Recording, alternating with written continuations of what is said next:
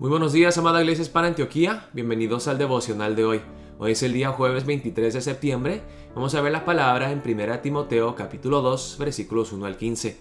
El título del devocional de hoy es La pasión misionera del apóstol Pablo.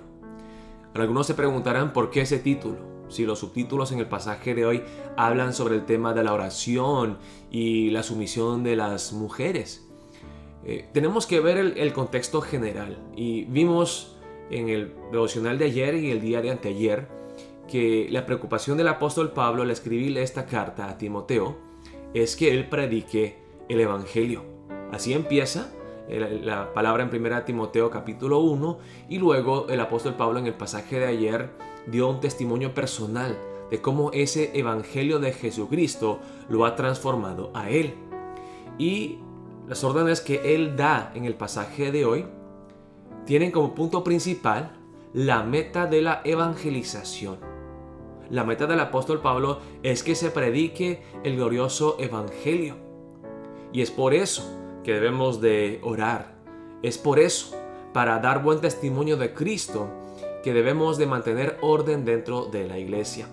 Aquí vamos a ver la palabra empezando en el versículo 1 del capítulo 2. Dice la palabra de Dios así: instrucciones sobre la oración. Y les quiero recalcar que sí, aquí el apóstol Pablo les está enseñando cómo orar. Pero la meta de la oración no es la oración en sí, sino que es oremos, pidámosle a Dios que Dios se glorifique y que se predique este glorioso evangelio. Que muchas almas sean salvas y que Dios reciba la gloria. Vamos a ver la palabra empezando en el versículo 1. Dice la palabra de Dios así: exhorto ante todo a que se hagan rogativas, oraciones, peticiones y acciones de gracias por todos los hombres, por los reyes y por todos los que están en eminencia, para que vivamos quieta y reposadamente en toda piedad y honestidad, porque esto es bueno y agradable delante de Dios nuestro Salvador, el cual quiere que todos los hombres sean salvos y vengan al conocimiento de la verdad. Entonces el apóstol Pablo dice aquí, hay diferentes maneras de orar. Aquí él da 4 palabras: rogativas, oraciones, peticiones y acciones de gracias. ¿Por qué debemos de orar? Por todos los hombres, no solamente por nuestras necesidades personales, por peticiones de nuestros amigos más cercanos y queridos, por el mundo entero. Y algunos de ustedes me han contado: pastor, yo oro no solamente por nuestra iglesia y por los hermanos y sus necesidades, sean físicas o económicas. Oro por los ancianos que están siendo maltratados. Esa negligencia de parte de los hijos que deja a los ancianos solos. Oro por los niños y los huérfanos. Oro por aquellas almas en cada continente de este planeta que no han escuchado el evangelio. Tenemos que orar por todos los hombres. Dice, además de todos los hombres, por los reyes y por todos los que están en eminencia, los gobernadores, los presidentes, para que vivamos quieta y reposadamente en toda piedad y honestidad. Y aquí no se ponen condiciones, no se dice por el presidente si es de tu partido, por el presidente si te cae bien y su política encaja con tu política. No. Siempre debemos de orar por los líderes que en fin han sido puestos por Dios, que ellos gobiernen bien, que mantengan la justicia para que haya paz y así con esa paz entonces se permita predicar el evangelio y expandir el reino de Dios. Dice, porque esto es bueno y agradable delante de Dios nuestro Salvador. La paz es algo que le agrada a Dios y conduce a que seamos capaces de ¿qué? De evangelizar, de llevar a cabo la misión de Dios, el cual quiere que todos los hombres sean salvos y vengan al conocimiento de la verdad. Algunos dicen que la palabra aquí contradice con la doctrina de la elección. No, Dios quiere que todos sean salvos y la oferta, la invitación está abierta para todos, pero solamente porque sea algo accesible a todos no significa que todos responden o reaccionen con fe, que lo reciban en humildad y fe. Y nosotros no sabemos quiénes son elegidos o quiénes no. Y la verdad, para nosotros, nuestra responsabilidad no es tratar de entender cómo trabajan junto la soberanía de Dios y la responsabilidad humana. Lo que nosotros debemos de hacer es indiscriminadamente predicar el evangelio a toda criatura en amor. Sigue la palabra, porque hay un solo Dios. Y aquí, pues, una proclamación monoteísta de que no hay muchos dioses, porque en los tiempos de Pablo vivían en una cultura politeísta, que habían muchos dioses. Porque hay un solo Dios y un solo mediador entre Dios y los hombres, Jesucristo hombre. Hay un solo Dios, pero para llegar a ese Dios Padre, hay un solo mediador.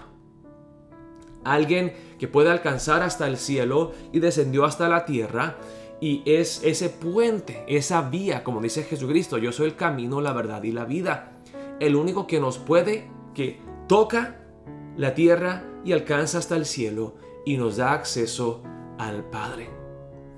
Cuando Job está sufriendo inocentemente y sus amigos, no sus enemigos, sus amigos vienen a tratar de consolarle, pero luego empiezan a acusarle de que pero tiene que haber un pecado oculto y por eso está sufriendo. Job dice: ¿cómo me gustaría que tendría yo una manera de hablar con Dios, un mediador que pudiera estar entre Dios y mi persona, y en esa brecha y tratando de conectarnos? Jesucristo es ese mediador, el cual se dio a sí mismo para ser mediador, entregó su vida, se dio a sí mismo en rescate por todos. La palabra rescate es una palabra que se usa para comprar a esclavos, es la liberación de esclavos, de lo cual se dio testimonio a su debido tiempo. Para esto yo fui constituido predicador y apóstol. Digo verdad en Cristo, no miento. Quizá habían personas que dudaban de su autoridad apostólica, y maestro de los gentiles en fe. Quiero pues que los hombres oren en todo lugar, levantando manos santas, sin ira ni contienda. Entonces vemos aquí que el punto principal, aún en esta parte del pasaje, es la predicación del evangelio. Dios quiere que todos sean salvos. El apóstol Pablo ha sido constituido predicador y apóstol del evangelio. Está hablando de Jesucristo, que Él es el Salvador y el mediador. Entonces, la meta de la oración debe ser el avance del reino de Dios, la salvación de almas. Y también, aquí dice el apóstol Pablo en el versículo 8, que quiere que oren de tal manera que den buen testimonio al mundo, a los que no creen. Que oren levantando manos santas, o sea, no es tanto de la posición o la postura, sino que de la santidad, de la pureza nuestra ante Dios, sin ira ni contienda, no peleándonos, no buscando tener el primer lugar, sino que en humildad pidiendo a Dios con amor por las personas. Y luego sigue la palabra aquí en el versículo 9.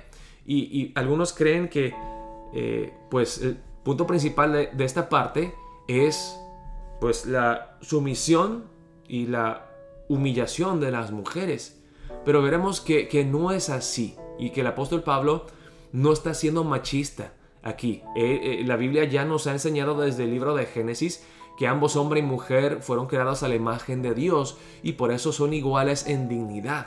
Aquí solamente el apóstol Pablo nos está diciendo que hay una diferencia de función, no que la mujer valga menos o que el hombre sea superior, dice la palabra en el versículo 9. Asimismo, que las mujeres se atavíen de ropa decorosa, con pudor y modestia, no con peinado ostentoso, ni oro, ni perlas, ni vestidos costosos, sino con buenas obras, como corresponde a mujeres que profesan piedad. Así que aquí el punto sí está hablando acerca de la modestidad en su manera de vestir, de peinarse, pero aquí la meta no es simplemente la modestidad para alcanzar la modestidad y ya, y en eso pues hemos cumplido con lo que Dios quiere. Eso sí es importante, las mujeres siempre deben ser modestas, pero esto debe ser para dar buen testimonio también, para que no seamos como el resto del mundo. Y si pudiéramos traducir esto en los días de hoy en la palabra más entendible, sería pues que no nos vistiéramos de una manera tan provocativa, una manera como visten las mujeres del mundo, ¿no? Para tratar de seducir y atraer al hombre, no a la belleza de su corazón, sino a la sensualidad de su cuerpo. Y aquí está diciendo el apóstol Pablo, eso no es correcto porque es malo para ustedes mujeres si se visten así, porque está tratando de atraer la atención incorrecta y además da mal testimonio de Cristo y no ayuda en nuestros esfuerzos de evangelización y de las misiones. Da mal testimonio de Cristo. Y luego sigue, la mujer aprenda en silencio con toda sujeción, porque no permito a la mujer enseñar ni ejercer dominio sobre el hombre, sino estar en silencio. Ok. Yo sé que algunas mujeres feministas van a decir, no, que el apóstol Pablo aquí es machista, que injusticia, que es malo. Pero tenemos que entender lo que está diciendo aquí el apóstol Pablo. Está diciendo que la mujer debe darle el primer lugar al hombre. Y no es así como que una sumisión ciega en todo, pero en lo que se habla de la enseñanza de la palabra de Dios, la mujer debe de escuchar la enseñanza de parte del hombre. Dice, porque no permito a la mujer enseñar ni ejercer dominio sobre el hombre, sino estar en silencio. Aquí no dice, cállense mujeres y no hablen para nada. No, está diciendo que simplemente las mujeres deben de aprender la palabra de los hombres y que las mujeres puedan enseñar en algunas ocasiones específicas, en la escuela dominical o un estudio bíblico de damas o algo así. O sea, no se está prohibiendo definitivamente la enseñanza bíblica. Pero digamos que en un culto, que una mujer se predique con autoridad, diga a los hombres que esto y esto, eso es lo que el apóstol Pablo está prohibiendo aquí. Y aquí él no da una razón personal, una opinión de él, sino que aquí él ancla este mandamiento en la creación, en la Biblia, en la historia humana. Él dice porque Adán fue formado primero, después Eva. O sea, Adán recibió el mandamiento de parte de Dios de no comer del árbol del fruto. Y Adán tuvo que enseñar a la mujer, y juntos Adán y Eva sujetar a toda la creación bajo Dios. ¿Ok? Entonces había como una jerarquía clara. Dios, el hombre, la mujer, la creación. Pero tristemente, como ya sabemos, Eva con su desobediencia le dio vuelta a todo esto. Bueno, Eva junto con la serpiente, la creación, una criatura, ejerció autoridad sobre Eva. Eva ejerció autoridad sobre Adán y Adán se rebeló en contra de Dios. Y sí, y Adán no fue engañado, sino que la mujer, siendo engañada, incurrió en transgresión. Pero se salvará engendrando hijos si permaneciere en fe, amor y santificación con modestia. Entonces, la verdad el versículo 15 también es un versículo un poco difícil de entender. Hay muchas interpretaciones, hay como 3 o 4 diferentes interpretaciones. Pero el punto en final de este pasaje es que la mujer debe de ser humilde. Eso no significa que el hombre puede ser machista. El hombre también tiene que ser humilde y sujetarse a Dios. Y en el momento que ese hombre usa la autoridad que Dios le dio para servir a la mujer y usa esa autoridad para maltratar a la mujer, para abusar de la mujer, eso también no le agrada a Dios. Ahora, entiendo que las mujeres feministas, especialmente en Latinoamérica, están luchando contra estos abusos de los hombres. Pero si el hombre ejerciera bien su liderazgo espiritual y cuidara, protegiera y valorara a su mujer como lo debe de hacer, y la mujer también sujetarse a la enseñanza del hombre. Y aunque el hombre quizá no sea más educado que la mujer, por el mero hecho de que haya nacido hombre y Dios le haya dado esa función desde el principio, significa que los hombres deben de aprender de parte de Dios y enseñar la palabra de Dios a sus esposas y a sus hijos. Así que lo que vemos aquí, el punto es la modestia, la humildad, la sujeción, para que cuando se predique el evangelio no hablen mal de los cristianos. Que cuando prediquen el evangelio se vea orden en su manera de vivir dentro de la iglesia, dentro del hogar, en su manera de vestir, su manera de hablar, su manera de orar. El punto es que se predique el evangelio y que vivamos de tal manera que no somos piedras de tropiezo, pero que más bien seamos instrumentos de bendición. Oremos de esa manera para empezar el día de hoy. Dios, ayúdenos a ser un instrumento de bendición en la vida de los demás, que demos buen testimonio y seamos reflejos de tu santidad, de tu pureza, de tu amor. Oremos de esa manera para empezar el día de hoy. Dios los bendiga, amada Iglesia Hispana Antioquía.